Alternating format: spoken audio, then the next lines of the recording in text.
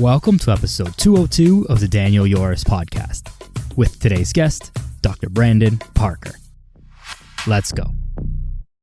Welcome back to the podcast, everybody. Joined here today by Dr. Brandon Parker. Brandon, thank you very much for being here, man. I appreciate you taking the time. Of course, man. I'm super excited to get on this podcast. I mean, I'm always feeling like I am the bridesmaid, never the bride, right? I always have people onto my podcast, so this is a rare occasion where I can actually be on somebody else's. Dude, I'm gonna have to steal that one because I feel the same way. It's like it's nice to be on the other side of the mic sometimes, and you just feel somehow like so much more free. Like this isn't that structured. Like I have some things that we're gonna talk about and like some notes and whatever, but being on the other side is like you just kind of like show up and just talk, and it feels like so much more freeing. It's actually amazing. It's like if I had to pick a birthday present, just get me a bunch of podcast appearances and I'm set. Dude, for real. Wow, I am definitely gonna steal that bridesmaid one though. That's amazing. But anyways, instead of bridesmaids, we do have a link via chiropractic. I was almost a chiropractor. You are a chiropractor, so yes. Maybe that's something that we'll talk about a little bit. But quickly give yourself an introduction if anyone doesn't know who you are, what it is that you do, and who you are. Yeah, so I guess my elevator pitch would be I help people move and feel better in ways that they don't feel like their body's holding them back anymore. I started off with a bunch of I would say sport-related injuries, and I landed myself into physical therapy. And being in the middle of Florida, most physical therapy clinics are those that are tailored to older populations, and we call them the mill, where they have one physical therapist to like 6 people. No one's really watching them. No one's really getting educated. And then they wonder why their knee replacement, hip replacement, or injury isn't fully rehabilitated. So seeing that, it kind of inspired me to go down the, I would just say, fitness route. And then I became a strength and conditioning coach where I was super obsessed with performance. I was that type of kid where I wasn't really gifted with being 6'5", 300 pounds like my brother. So I had to try to get as big and as fast as possible. So that became something that was a passion. And then because I didn't really have the accolades, I just decided to coach it. So I became a strength and conditioning coach at a private gym that worked with professional athletes. From there, I realized that even if you did everything in your power to make sure that this person was like super mobile, super strong, super healthy, if you're in a collision sport, you're going to get injured, right? And it really drove me nuts that these people, my clients, would go to a clinician and they would say, yeah, do nothing for the next 3 months. And then they would come back super deconditioned and even more injury prone than when they first were seeing me. So I guess that was my impetus to become a chiropractor. Not because I think chiropractor is better than physical therapy by any means. We have the same scope of practice. Just at the time, I had a chiropractor that helped me tremendously. And also at the time in Florida, it allowed me to be a primary care physician. So people can come see me without getting any type of referral from a different doctor, basically creating a bunch of red tape. So now I'm here. I'm helping people online and in person. And my goal is just to educate and give people the freedom that they deserve. Amazing. And one thing that I was thinking as you said that, the education for chiropractic, is it the same amount of time as a physical therapist in the US? Because I know here it's different. Mm-hmm. And so a lot of people, and the whole medical system is different. So physical therapy is like a more ingrained in like the medical system, let's say. So it's like a little bit more guaranteed. There's like a higher floor of business, we'll say. But the education is more the same time-wise in the US, is it not? It's so chiropractic school was 3 years and a quarter. The last time I checked physical therapy's track, it was 2 and a quarter. So we go about a year additional. I don't know in hindsight if it was needed. Maybe I just was somebody that's always been around anatomy and that type of stuff, so I learned pretty quickly. But to my understanding, chiropractic is a little bit longer. But once again, same scope of practice. Yeah. I think that's the thing that people miss oftentimes is that it is more or less the same, and maybe the difference is really just the adjustment. But aside from that, like you're dealing with the musculoskeletal system, you're helping people move better, you're using a lot of the same modalities, and maybe come at it from like a slightly different lens, but that's also partly like more your own personality and your own like things that you've learned outside of like the school system, which is something that was very eye-opening to me when I was in school. So talk to me about then how you started to shape your practice and how you worked. Obviously, it was framed by like the background of strength and conditioning, but how did you shape that and include that? Because that's not really part of the schooling system. 1000%. And that was one of my biggest goals, like trying to start. When I first came out of school, I hosted a bunch of mentorships and just trying to help people that were slightly behind me. Like, here are strength and conditioning protocols that will literally take you, I would think you from a subpar clinician, because I feel like if you don't know anything about fitness and you're helping musculoskeletal, that's going to be a real issue, to being an excellent clinician. So what was the question again? Just how you shaped your practice. And I mean, I guess that's it, right? Is like, were there other courses that you took? Because you were already working, yeah, and you had this like strength and conditioning background, and then brought that in with the actual therapy part of it, right? Yeah.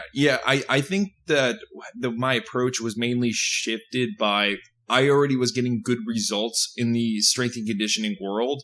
I just didn't know the exact protocols that I should take if somebody came to me with, let's say, a lumbar disc herniation or maybe a torn meniscus.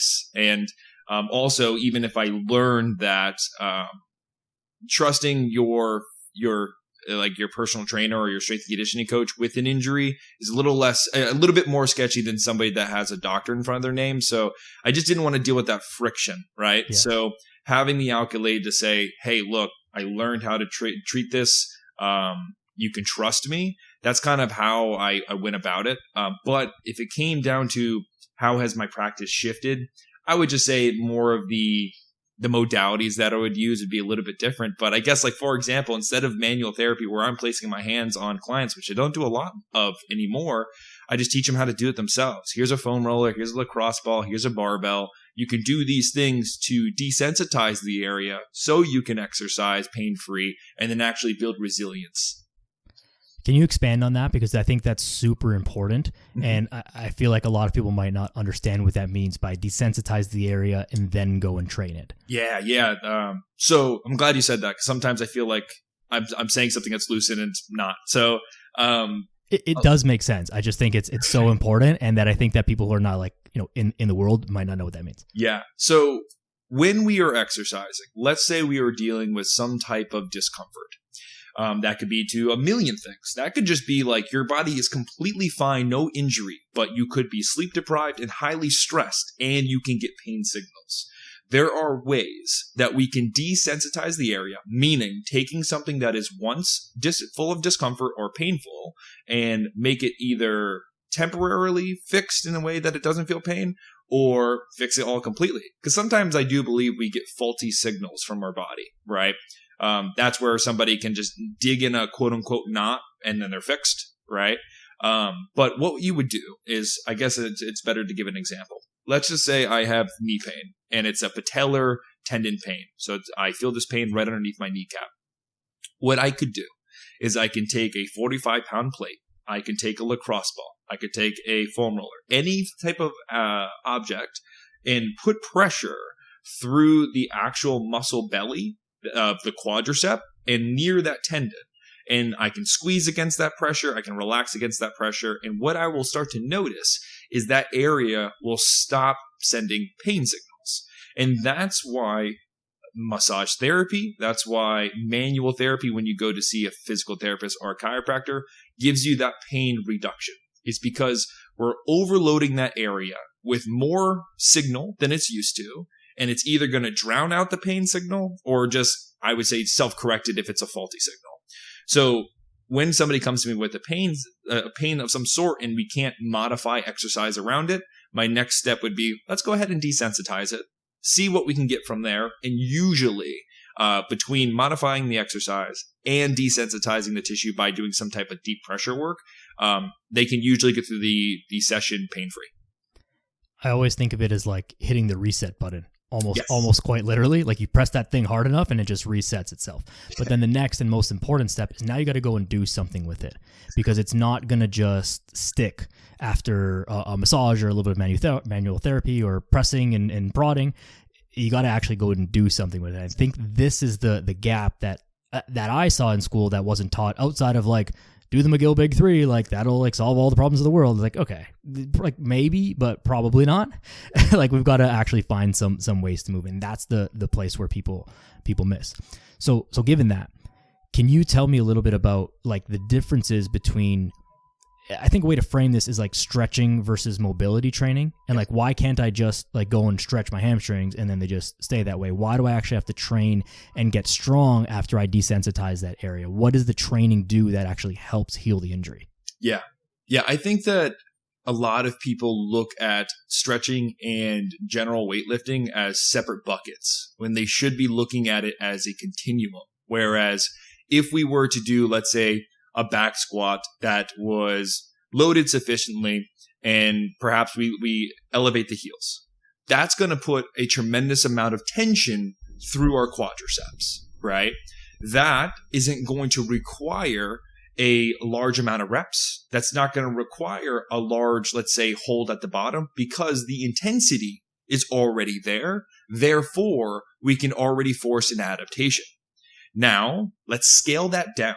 I think you and I can both agree that if we're comparing a 315 back squat, let's say high bar, heels elevated, in order to match that intensity, I think if we're going to downscale it to a stretch, we're going to have to hold it for quite a bit of time.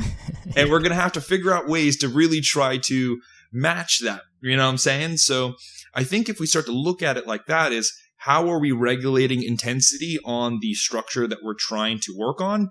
It will make much more sense because you have people that will be under recovered. They just feel really run down and they go, well, I'm going to go stretch, and they stretch a lot and they stretch hard and they feel worse. Well, it's like, yeah, you just added more stress to a structure that is already under recovered. So that's the first thing that I like to say. The difference between stretching and mobility is we got to look at it as a continuum. Now, my definition of mobility is essentially just being strong through the entire range of motion that your structure can currently go through. So the way I phrase it like that is because let's just say you have a knee replacement. Now you can't squat full 90 degrees anymore. Or maybe you have an arthritic joint that just doesn't move well. That's okay. You can maintain strength through the rest of the range of motion that you have and reduce your chances of injury. But to answer your question, like how do we bridge that gap to actually have a long-lasting adaptation is we need a high enough intensity consistently over a long period of time with a frequency that's also going to be meaningful. So that's going to be dictated by how heavy are we going, right? Like if you're going really heavy, you're going to need a longer rest time. Whereas if it's something like stretching, you can hit it pretty dang frequently because the recovery is pretty simple. So I guess, does that answer your question? I got lost in the matrix there. Yeah, no, of course. I'm happy to get lost in the matrix. Like let's go there and just kind of dig into it, right? So then the thing is, well, where do I stop? We're talking about doing a back squat, and you said maybe someone a knee replacement, maybe a knee injury. Well, it hurts me to go past 90 degrees. Does that mean that I can't go past 90 degrees ever again? Like I hope, I pray we are past this whole like never squat deep ever again in your life. But there's still a lot of that out there.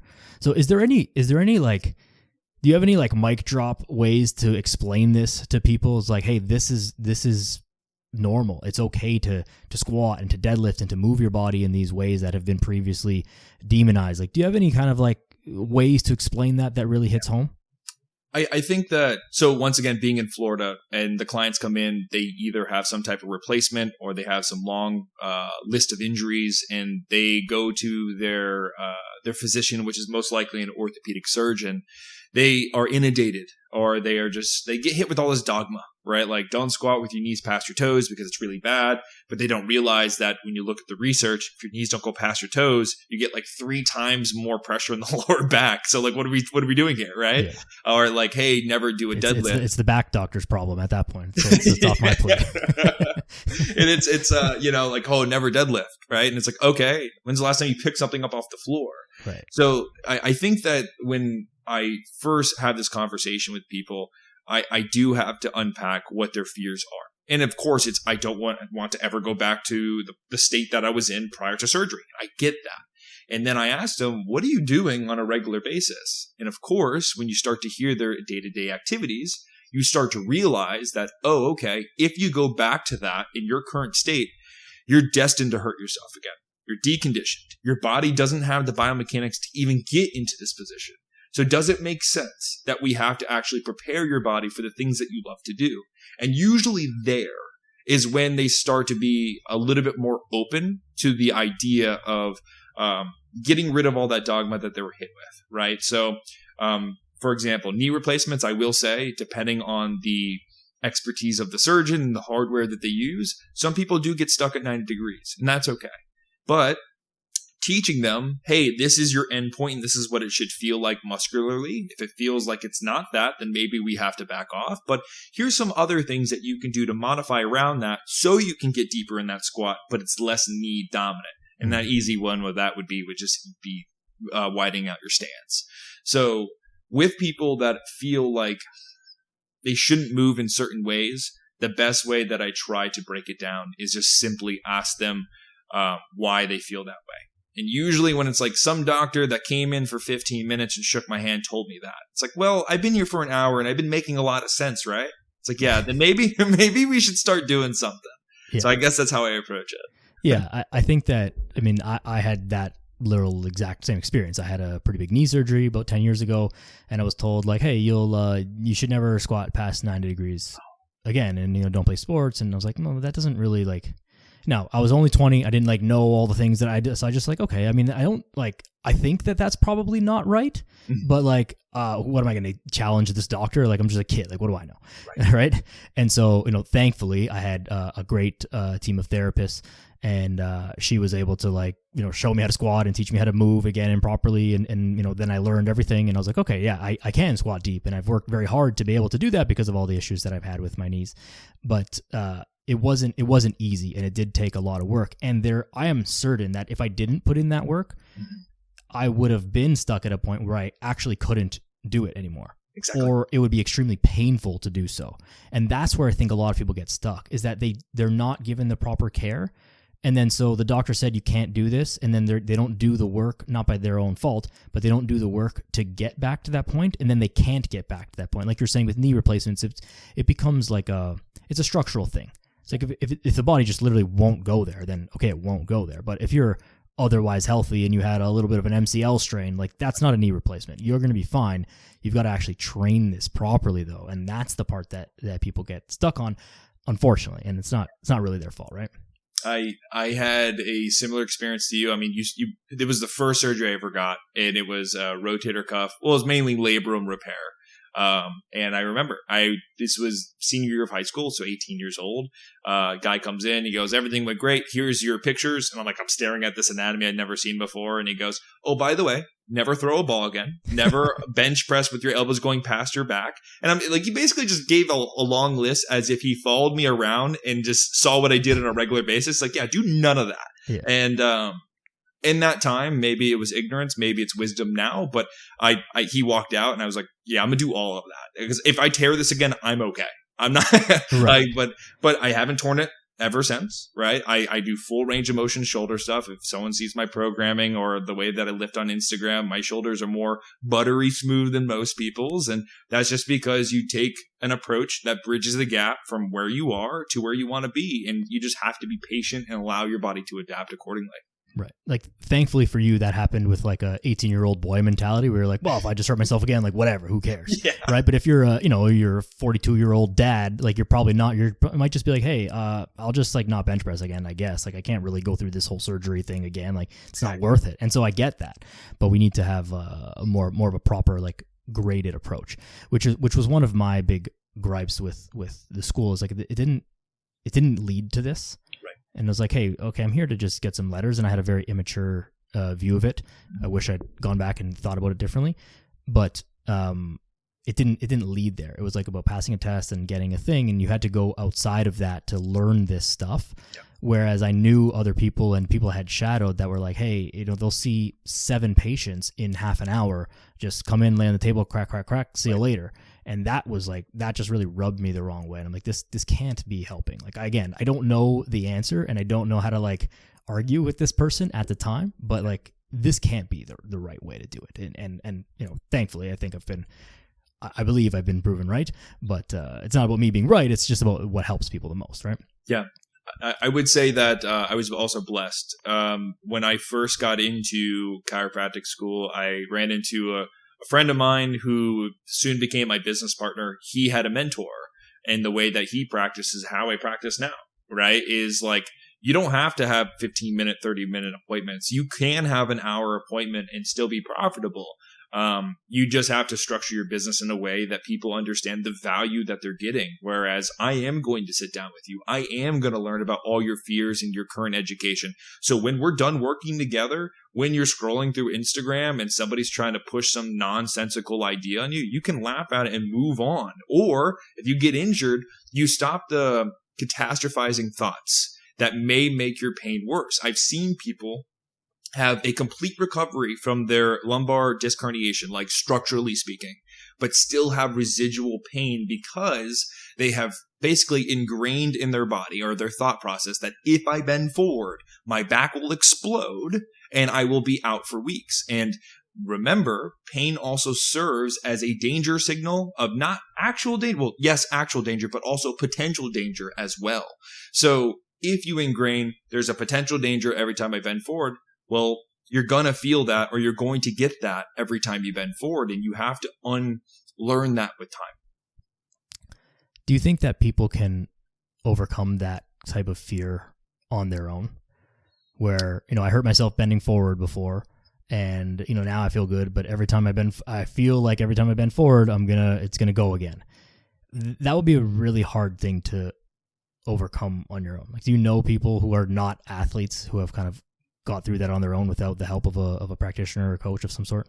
I will say that there is a population of people that put a lot of faith in what they see on YouTube and what they see on Instagram. Here's the coolest thing is I've never met people, and they would reach out to me through DM and they say, hey, look, I followed the exercises that you said and I had this and now I feel amazing. Right. So there are people that will wholeheartedly, and I don't recommend this. Everyone that's listening, do not take my stuff and haphazardly do it. I don't know what you're dealing with. Right. But people will do it. Right. And they will say that, years of chronic pain, now they're feeling better. And that doesn't make me some magical person. Right. This is me just educating online. And I think that's the piece that I was trying to get to is I think it's possible, but you have to have a proper mindset around it. Like, whereas, hey, if we're rehabbing a lumbar disc herniation where literally lower back pain, any type of pain is influenced by stress, structural stress, emotional stress, psychological stress, right? Sleep, nutrition, basically this big vacuum of chaos that could influence your lower back, you're going to have a flare up. But you need to have the understanding that the chances of you making yourself structurally worse is very small, right? And with you having that understanding, you go, okay, I'm going to ride out this flare up, which might take like a week. And then I'm going to get right back to training. Whereas some people, they feel the pain. They think that they're worse. Therefore, they never go back to doing the thing they did before because they think they did something wrong. So I think if somebody is given the proper education, I think they have the ability to do that. But once again, on their own, I hope they're reading the right articles, right? Yeah. This is some of the most interesting stuff about any information that's online is like so much of it is like the right message from the right person at the right time. Yeah. Like you may post a video of some type of exercise or whatever, and someone sees it, scrolls past it, and they're just like, didn't do anything for me. Like, not that they even tried it, just like didn't catch their attention. Someone else might see it and be like, oh my God, this solved my back problem. I've been having this back problem for like 15 years and it just solved it. But that may have even been like the 7th time that they've seen it. Yep. Just for some reason, the way that you said it on that day that they were paying attention, like something in that way that you said it, like spoke to them and they actually tried it. And that's one of the coolest things. But it also works in the opposite way where it's like someone says, oh, just, don't eat for 7 days and like it'll fix your back pain. Like, oh, okay, like, sure, I'll try it. And it's like, well, it didn't work. Oh, shocker, but like, hey, I guess things are worth a try if they don't harm you, but this is where a lot of like the nonsense comes in. So I mean, given that, not that that's like an extreme example, obviously, just to paint the picture. But what are some of the more like common myths and misconceptions and things that you're hearing? Let's stick on like back pain. I think that's probably a bigger topic. But like, what are some of the bigger things that you're hearing lately? I think that I'll just reference some of the people coming in. So one of the biggest things that I will educate on, and it gives people a lot of assurance, is that disc will heal on their own, right? If you give it enough time. They also adapt to the loads that you place on them. Just like how a muscle, tendon, ligament will get thicker and stronger with stress, given enough time, so do our disc. And by educating them, saying, hey, give it enough time, you heal, and you can get stronger, that gives people it gives them hope, right? Because, I mean, to be transparent, I have people crawling onto my table, right? And then I have to hit them with hey, this isn't going to get fixed by me cracking your back, right? And some people, that puts me in a hard situation because they think that. Like, oh, something's out. You got to pop it into place. And I guess that leads me to my second thing is, look, when we adjust the spine, what we're doing is we're rapidly stretching a joint. And it's a neurological input that can temporarily decrease pain. That's what it is. I'm not shifting your bones. And if you go to a chiropractor that's pointing to an x-ray saying that something is not right here, they are selling you snake oil. And that is something that I can honestly say as somebody that's a part of this profession, and I'm not proud of it. I'm trying to be the shining light here, but I can definitely get drowned out by the status quo, right? So, yeah, we're not adjusting. We're not popping bones back into place, but it can temporarily decrease your pain for some people, right? Some people, they just, whatever, it doesn't matter, right? Another thing would be, disc degeneration. That is something that I think has been fear-mongered quite a bit, right? So disc degeneration disease is described as the spaces between your bones and your spine are getting smaller and smaller. And the way they describe it is, well, if you have less of a space, you get more arthritis and you get more neurological pain, right? And there's some truth to that, right? But I don't think people take the time to paint the entire picture. Whereas if I went up to somebody that's 70 years old and I pulled out the chart and I'm super sad and I go, ma'am, you're 70 years old, you have wrinkles on your face. People would be like, yeah, no shit. Yeah, I have wrinkles on my face. It's like, well, that's the same exact thing when you start to talk about disc degeneration. You look at the studies over the age of, let me just say 70. I can't rip it off the top of my head, but 70, almost everybody has some sort of degeneration. So if I were to tell you, hey, look, yeah, you do have this, it could be contributing to your pain, but it's also a part of the aging process. You're going to leave my office saying, all right, time to move forward, try to better my health because I have this going on versus I have a disease and I'm dying, right? So that's another one that's like, it's like, all right, sit down. I really got to educate you here. But I think those are the couple that are popping up right now. I think that's a gigantic topic, is this like self-fulfilling prophecy of I have X, so therefore I experience Y. Yep. And this is, I think, extremely, probably outside the scope of this conversation, but extremely prevalent in mental health related fields, which obviously have their impact on like our physical health and our pain, but very much so in physical health, right? Is like you say that you have back pain and then you just have back pain. If you tell yourself enough, like, you will convince yourself of it.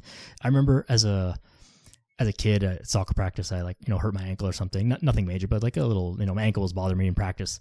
And my coach, like jokingly, like it's not child abuse, like kind of punched me in the arm. And he's like, now does your ankle hurt anymore? He's like, does your arm hurt? And I was like, yeah, I guess. Yeah, stop thinking about my ankle. Like, my arm hurts now. It's good. It works. Right now, obviously it doesn't change the pain or the injury or whatever's going on, but it paints the picture of like, hey, if you really think about this thing, it's going to hurt more versus if you take a positive view and like, okay, maybe I'm working towards it. Maybe, just because I have this doesn't mean that I'm limited or debilitated or I can't walk or I can't do this. You'll be able to get through it if you tell yourself you get through it. And if you tell yourself you're not going to get through it, I guarantee you won't get through it, which is just an unfortunate part of this whole pain cycle, is that it's extremely psychological.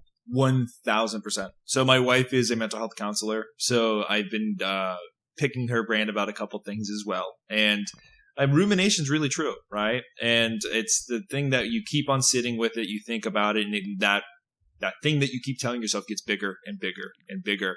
I can't remember the actual book that I read, but there's plenty of studies that show that cognitive behavioral therapy has helped chronic low back pain for some people, right? And that's not physically getting stronger. That's not doing anything physical at all. You sit in a chair and they have a conversation with you.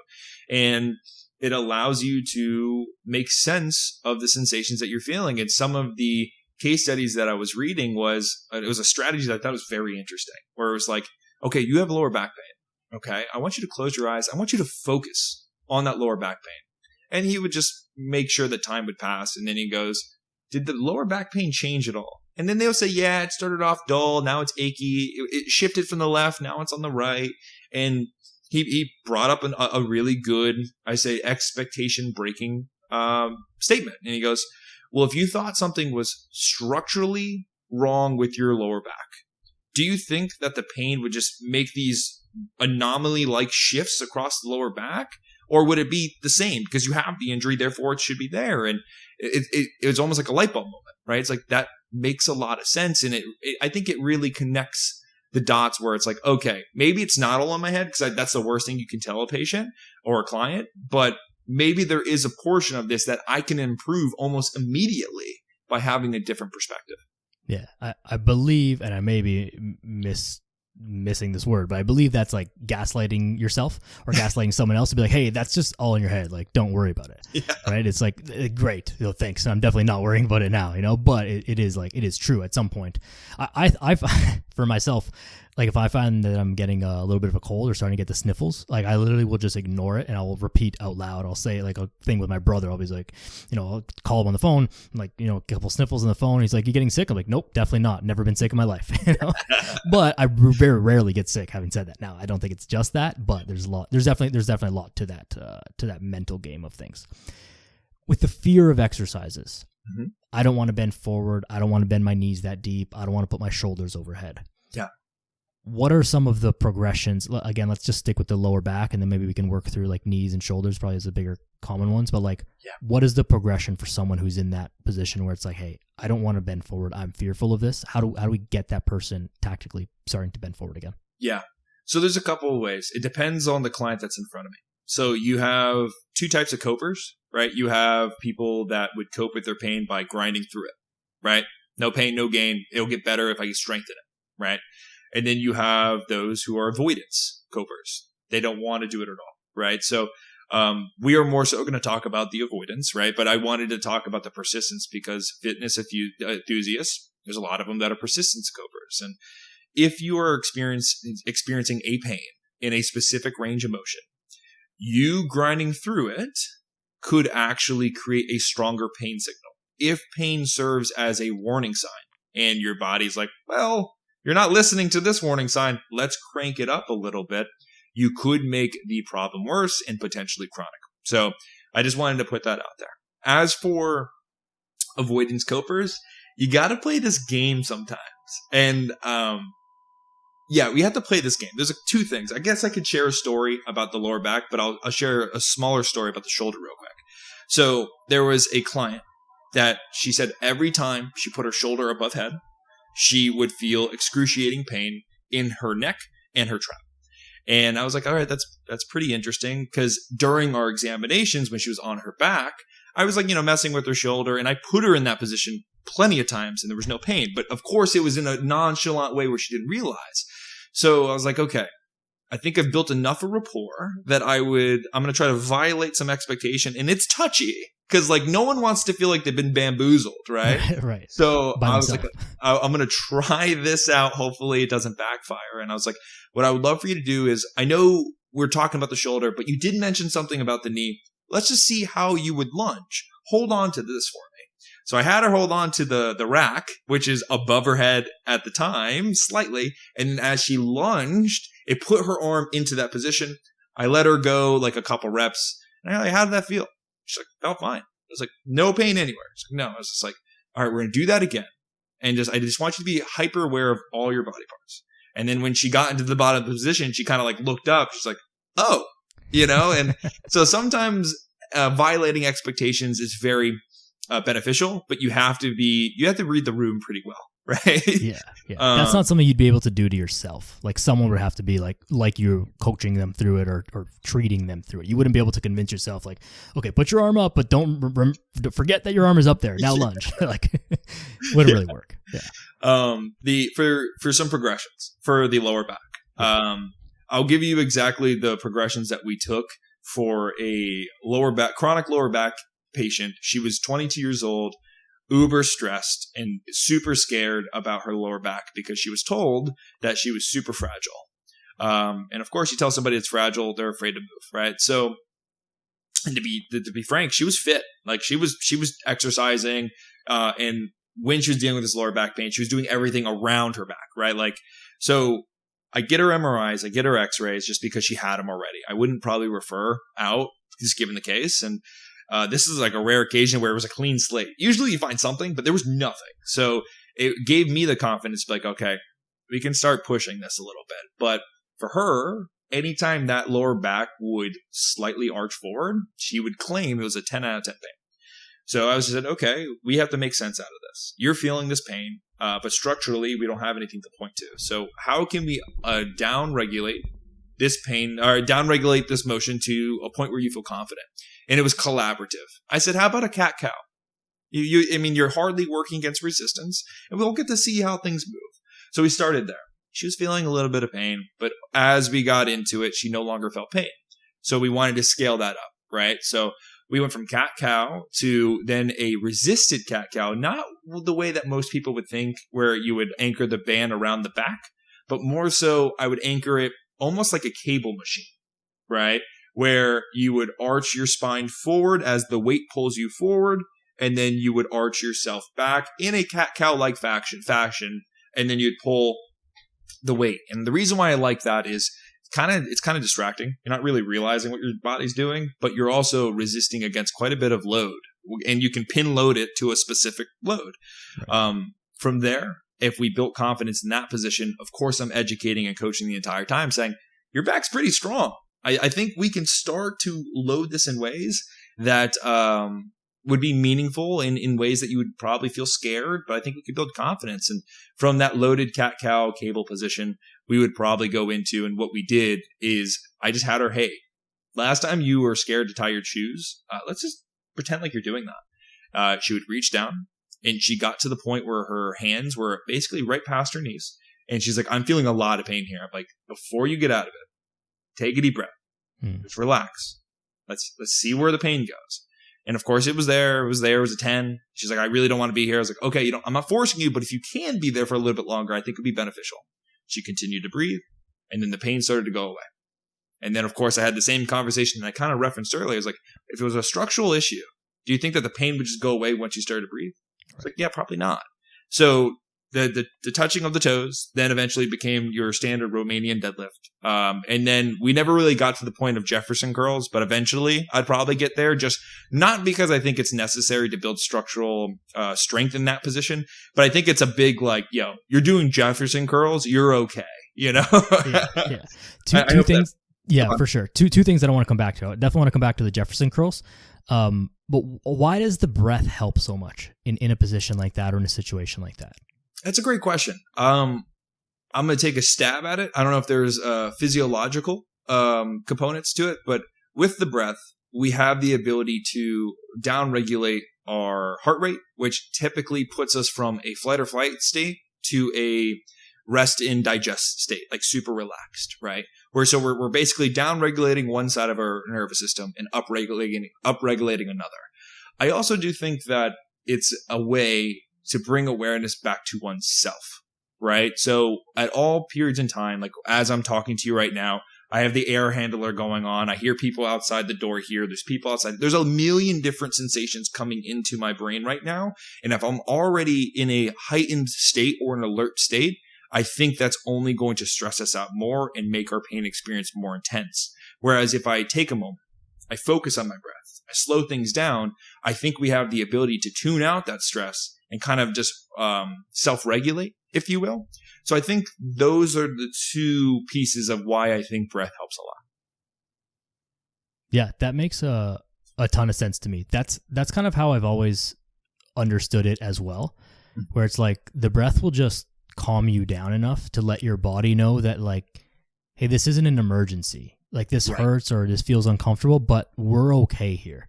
going back to what you said earlier and multiple times, that the pain is also a signal, right? That emergency, that red flag, that like alert signal. And if you can just quiet that to know like, hey, okay, I get that we don't love this, but like, it's okay. Let's just take a second, and then it'll dissipate. I'm sure there are some like actual physiological reasons as well, but that's kind of always how I've understood it too. And I think the way to help explain this is just think about a yoga class. Mm-hmm. Is like there's so much breathing through the stretching, and that's not painful or like a therapeutic or whatever. That's just the breathing through the stretching helps you stretch a little further and be comfortable in those positions that are challenging. And so the same thing is true in a pain situation. Now, I did want to come back to the Jefferson curls. One of these things that is like quite controversial in some circles, probably for all the wrong reasons. Can you explain, one, what it is, just in case people don't know what a Jefferson curl is, and then how you think about using it and, you know, where you would or wouldn't use it? Yeah. So for the Jefferson curl, if everyone's listening, if you were to be standing up, it would be essentially you trying to reach for your toes without bending your knees. And you're going to think about bending almost at every segment of your spine. So you're slowly curling down. And then when you raise back up, you're going to think about slowly coming up vertebrae by vertebrae. And what that does is it really isolates tension at each one of the segments of your spine. Now, some people love to do it, and that's okay. It's a neutral exercise for me. Like, I don't necessarily think it's essential to somebody's ability to move and feel good. But I do love it as a big, like, your back is great. You are doing a Jefferson curl. And the reason why I think it gets so much hate is because people use it as a spectacle on Instagram and all these social media apps where it's like, you have lower back pain, do a Jefferson curl. It's like, hello, that's like phase 5 of like and they're probably on phase 0, and you're inadvertently telling people to do something that is dangerous to them. Now, of course, we don't know, and that could be fear mongering on my part. I don't know, but I just think that it seems to be kind of, I think it's one-sided, where if you're posting a Jefferson curl without maybe a long description as to why you would use it, it's kind of almost like a loaded gun. But on the other side of things, the Jefferson curl is unbelievably safe, but you have to have the bridge that got you there. Can you do a Romanian deadlift? Can you like arch and bend against resistance? Do we have enough proof to say that a Jefferson curl is the next logical step? And if the answer is no, I usually keep my spine in neutral, I don't really see a point in jumping right to the Jefferson curl. However, if your sport or your lifestyle is like, I really need to be strong in this position, then it might be an awesome tool.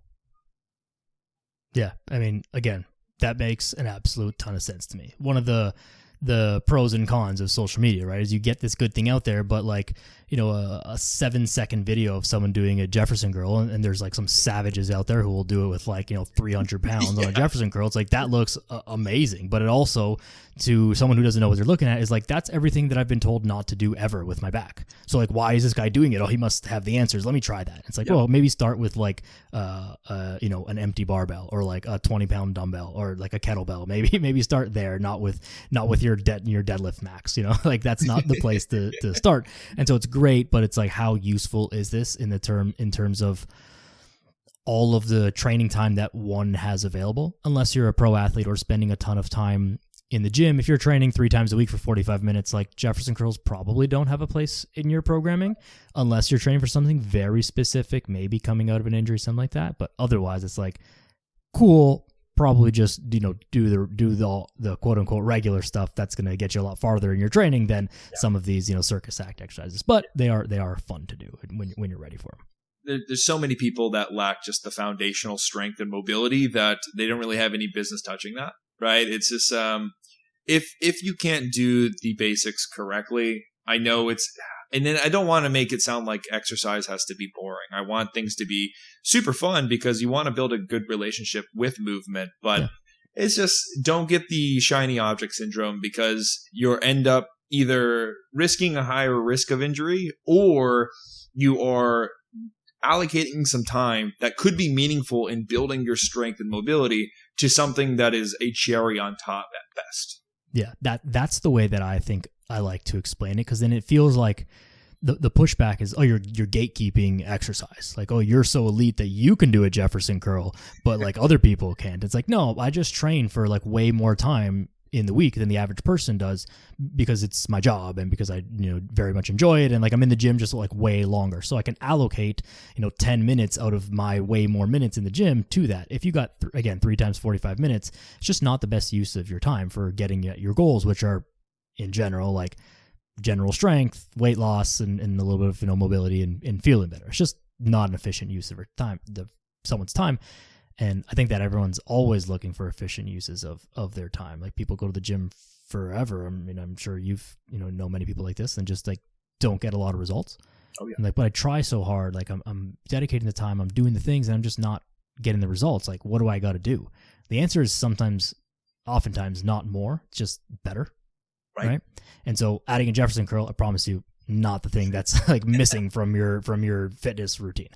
Are there any other exercises that you see come up that are like kind of controversial or like people talk about never doing them? I guess deadlifts is probably one of them, but are there other ones?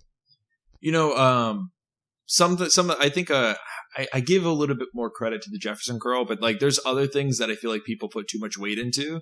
And I guess if I'm being laissez-faire, I guess that I could find reasons for this, but something that comes to mind is like the Turkish get up. I think a lot of people put a lot of credibility in it, and I get it. If you can like hold a weight above your head and stand up, you getting up is going to be easier. But as somebody who works with older population, like I'm never putting them in a Turkish get up ever. And I don't ever see a reason because at that point, like it's just a higher risk to reward. And like it once again, I think it's more of a feat of like, oh, look what I can do with my body, which is cool. Express your human movement. But once again, if somebody's touting it as like, this is what you need to unlock like ultimate health, it's a little bit of a stretch, Yeah, I agree with that. The feats of physical fitness are very different than the training of it. Like to do a super heavy Turkish get up, you'd have to, work on your technique, but you also have to be generally strong. Yeah. And then it just comes back to that like time efficiency of your training and like, what are you actually are you trying to be really good at Turkish get-ups? Or are you just trying to be like strong and feel good, like which, exactly. and either is fine. It's just like, call it what it is. Right. What just came to mind with your initial question that kind of falls into that category is, and I will color myself, maybe I won't use that phrase, but I would say I changed my mind. I was always taught like, oh, maybe you shouldn't press behind the neck. You shouldn't pull behind the neck. And to be fair, I don't necessarily do that often in my programming, but I've opened up my thoughts to it now that I'm looking at some of these extreme athletes, maybe like javelin throwers, right? Like, or some other Olympic athletes that's really getting the most out of their body. And they're able to do these impressive feats of maybe pulling behind the neck or pushing behind the neck. And it just goes, I guess the reason why I accept it so easily is because it pats my bias where it's like, well, if we prepare the body for it and you keep building upon it, then it's not a dangerous exercise. Now, if you're like, well, I've been doing regular lat pull downs at 135. Let me just get this spicy. Let me make this spicy and go behind the neck. Then you're running a risk because you are putting much more stress that your body's not used to. But that was something that I've changed my thought process on, I would say in the last like 5 years. Would you say then, like leading off that same train of thought, are there any exercises that you think are like no-goes, or are most of them fall in this category where it's like, for most of the people, it's probably a no-go just because it has no use and like you're probably not prepared for it, but like if you were prepared for it, it's fine? Are there any exercises where you're like definitely not ever? That's a great question. And my gut reaction is all movement's good movement as long as you're prepared for it. But I'm sure somebody could send me a DM and I'm like, that's dumb. Don't do that. Sure. Yeah. Squat one-handed with a barbell, like on a Bosu ball while like juggling with the other hand. Like, yeah. But exactly. But I mean, like actual exercises, are there any you think that are no-goes? I think that they're all fine. It's just, once again, exercise should be viewed as a tool. Right. And it's the idea of like, I got a bunch of screws here. Let me grab my hammer. That doesn't make sense. Right. So it's all about how are you using the tools? How are you soliciting stress on the body? And are you giving yourself the proper amount of stress, but also the proper amount of recovery? And I think that 9 times out of 10, when I'm coaching somebody and I'm working their program over, because usually people come to me like, this is my program. How do I fix it? It's so much volume. It's like unbelievable amount of volume. It's like, yeah, I'm doing about 4 to 6 sets on everything. And it's like, oh, and you're a dad of 2 and you don't sleep.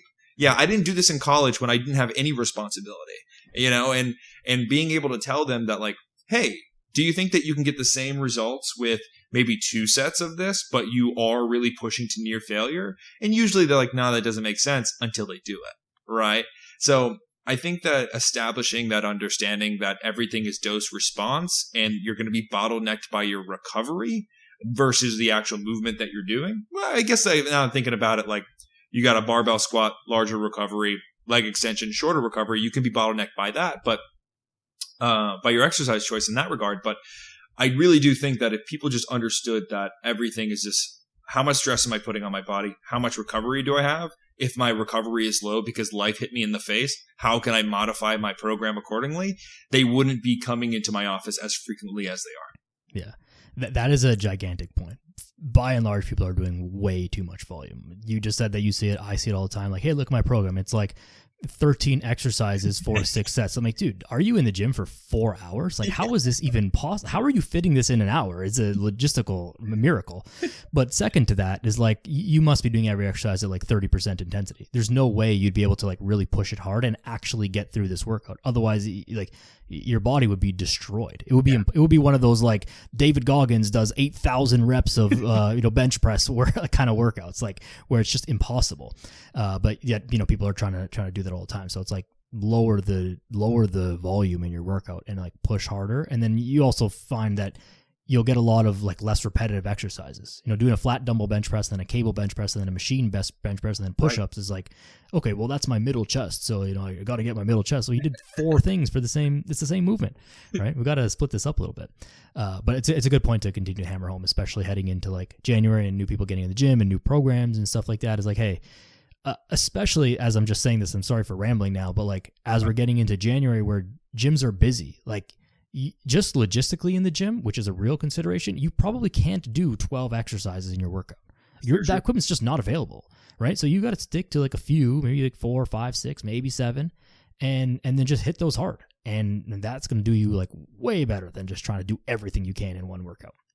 I might be shamed for this, but when I used to work at commercial gyms, or work out at commercial gyms, I should say, I would just camp out. I'd be like, all right, I know if I get a bench and I know that I'm next to the rack here, I can get everything I need to get done here. So you would catch me supersetting. So like, let's just say bench press, dumbbell row, and then I would do like Romanian deadlifts and goblet squat. And I would camp right there, and I'd get in and out of the gym in well under an hour. But that's just because of how my current lifestyle was set up at the time. And because there was nothing that drove me more nuts. In fact, that's the reason why I canceled my commercial gym membership. Was there was like 5 different towels on all this piece of equipment, and it's just like, are you using this? It's like, yes. Oh, so you're using that over there? Yes. When are you using this? I need to get in here. And it would be like, all right, I added 30 minutes to my routine because I watched you sit on your phone on the leg extension. I can't stand that. Yeah, I'm with you on that, and I can't stand the people who are unwilling to just let others work in with them. Like, cool, you're using the leg press and doing like 4 other exercises. That's like totally fine. Yeah. But like most of the time spent in the gym is actually spent not lifting weights. It's spent like resting. Yeah. And so like after the 30 seconds of you doing your set, like just get out of the way and someone else can do it. And like probably 3, maybe 4 people, if they're efficient and using kind of the same weights, could like use the same piece of equipment at the same time. And so like it's just one of these things that just like I don't understand it in gym culture. Like we just like share everybody. It's just like the things we learned in kindergarten. They go a really long way. I guess we should be very fair. Like I think that depending on the gym you're at, that it might not be the status quo. Like I think that generally speaking, people are in there kind-hearted and they are willing to help the newbie coming in on New Year's. Definitely. I will just say that most people they're just in their own world. They don't really realize that they're affecting other people. And maybe if you were new to the gym, don't be afraid to ask, because I think that will bring awareness to the person. Like, oh yeah, you could definitely use this. I didn't realize I was hogging 15 machines, because people are pretty dang oblivious. Yeah, that is true. One of those things with like gym anxiety, right? Again, especially newcomers, is you're worried about what everyone thinks about you. and people are looking at you and judging you, but everyone thinks that about themselves. Yeah. And then the result is just like no one is actually paying attention to anyone but themselves. And it's not a selfish thing. It's just that's the reality of it. So like once you understand that, you can be like, oh, okay, it doesn't actually matter. Like, no one cares that I don't know how to do this exercise or don't know how to use this a piece of equipment or adjust the bench or whatever. And you can just, be a little bit more free to kind of do your thing. But just to switch gears a little bit as we start to wrap up, because I don't want to take up too much more of your day. I wanted to ask you about this, and I don't know if you know this, so it's okay if you don't. What do you know, if any, about peptides, BPC 157, and recovery? Is this something that you're seeing more of? And I know that that's opening up a gigantic conversation, but what can you tell us about that, if anything? So I'll be upfront. I have limited knowledge on it, but the knowledge that I have is I'll give you case studies of what I've seen. Okay. Yeah. So my clinic is a multidisciplinary clinic that uses peptides for the people that are willing to use it. I seen somebody come in, my client partially tore his hamstring, where the type of tear where he rolled up his pants and it was black and blue and purple and all that. And he couldn't really flex the knee, so bring the heel to the butt. He couldn't really extend at the hip. So the hamstring was pretty symptomatic. And he said that he was supplementing, or I should say injecting BP1C or what is it? Is BPC 157. Thank you. Yeah, I always mess it up. And I will say that his recovery was the fastest recovery that I've ever seen. Now, is there side effects to that? I don't know. Is there a long-term effects? I don't know. But to see him go from a symptomatic state, black and blue, confirmed tear, to back to RDLs and all that in the time span they did, I would be hard pressed to say, or I'd be hard pressed if somebody said like it didn't help, right? So it's definitely something that I'm going to start opening up my expertise on, just because it's a whole new world with that. I just pump the brakes a little bit, just because when you start to learn about something and there's limited research about it, it's like, cool, I know everything about it, but I can't recommend it because I don't know what it will do to somebody. But I wish I was a better source of knowledge on that. No, I just figured to ask, because I know that, one, being in the recovery field, I would imagine that you may have seen people go through these by now. Yeah. And also just being in Florida is a little bit more open to some of these things as well. So for whatever that's worth. But it's one of these things that it's coming up in conversation so much more, even just casually, not even professional conversations. People are asking me about it and talking about it. It's like, yeah, I only hear like really good things about it. There's very much limited knowledge, and oftentimes we got to proceed with caution with something that seems too good to be true. Oftentimes it is. And so maybe there are downsides that we just don't know about yet, or that people aren't talking about, or you only hear the most amazing stories and you never hear the stories that don't go so well. Like, who knows?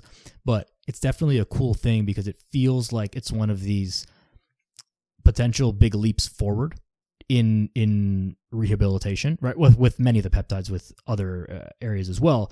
But it's a big leap forward, and like, okay, we have a lot of passive stuff that like kind of maybe sort of does some stuff and doesn't. Other stuff is just nonsense. Yeah. But then we still have to do that active bit. But if, like we started this conversation off with, if you can desensitize that area and get that tissue actually healthy faster, then you can get to work and do, even if it's just like less damage, less atrophy, less movement, like immobility that's going to come from it. And because you can get to your rehab faster, it's going to help a lot. But obviously, like, TBD on like all of the impacts of it.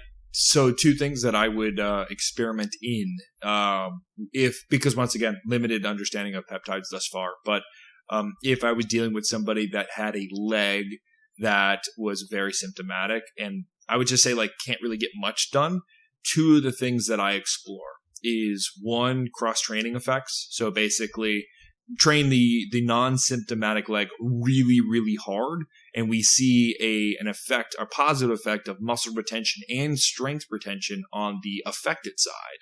So for those that have something like that, or like, for example, I had a patient who was getting a total knee replacement and she just couldn't put any load on it. Well, it's like, all right, we gotta really fix the other side.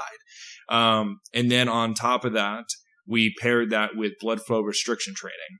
So with blood flow restriction training, it's still the jury's still out on why it works, but we just know that you can stimulate much more muscle fiber with much less load. So for the knee replacement patient, I just basically had her do, on the problematic side, leg extensions and leg curls in the ranges of motion that she could tolerate. And we saw some pretty great results with just pairing those two together. And her post-op, I would say her post-op was faster than the average bear, but she also was older. So, there's some other things that could play as well. Yeah. Two other things that I've heard also great things about, and those have no side effects, like training your left leg if your right leg hurts. Like, that's obviously a good thing in general, but like use it as a positive. And then the blood flow restriction, also a newer, it's probably not that new. It's probably actually really old, but just like getting popular like now for some reason, like most things. But also a really good thing and pretty low risk. But man, this has been great. I don't want to take up too much more of your time because I know it's an end of your day there. But is there anything else that you wanted to talk about, or anything else that you've needed to fill in the gaps of anything that we chatted about today? I think, honestly, man, this has probably been the most cohesive conversation I've had. As you get to know me more, I am just like I'm all over the place when I speak because my brain goes a million different ways. So I'm glad that I was able to do it on your show. Yeah, no, it's perfect. It's perfect. It's better that way. It comes off more free and more authentic, and gets the thoughts out. And that's what I love so much about podcasting, man. So I appreciate you for just like being open and for coming on and joining us today. Where can people find you, get in touch locally and online? Yeah. So for everyone that's listening, you can follow my Instagram page. It's Dr. Brandon Parker. I also have a podcast. It's called The Revival Method. And then other than that, those are like the two big things that I'm really trying to grow right now. Of course, I have a YouTube I repurpose right now for all the stuff on Instagram, if that's what you prefer. But just like how Daniel and I were talking before, I feel like podcast is the best way to really get an unfiltered conversation that actually educates people. So that's where I'm going to be putting a lot of my effort. Agreed. And where locally, if anyone's listening from Florida? Oh, I didn't even realize that. So West Palm Beach, Florida, you can catch me. If you are interested, you can DM me and I'll set you up here just so I can have a crazy schedule. But we can definitely set something up. So West Palm Beach, Florida. Amazing. Lots of Canadians will be in West Palm Beach over the winter, escaping the cold here. So I'm sure, I hope no one gets injured. But if you do, go see Brandon. Brandon, thank you very much for your time. Is there any last message that you want to leave the people with here in closing? If you're dealing with an injury, trust the process. If there's a little bit of pain, let's just say maybe 1 to 2 out of 10, that's completely all right. It's when you start to grind through the pain is where we start to get an issue. So once again, trust the process. Find a coach that knows what they're doing. Wonderful. Brandon, thank you very much, everybody. I also appreciate you very much for listening. Give Brandon a follow on social media. Check out his podcast as well. And share this podcast with a friend or anyone who needs to hear it, because that's the best way to help your friends and help the show grow as well. So I appreciate each and every one of you. Go outside, be a good person. See you next time.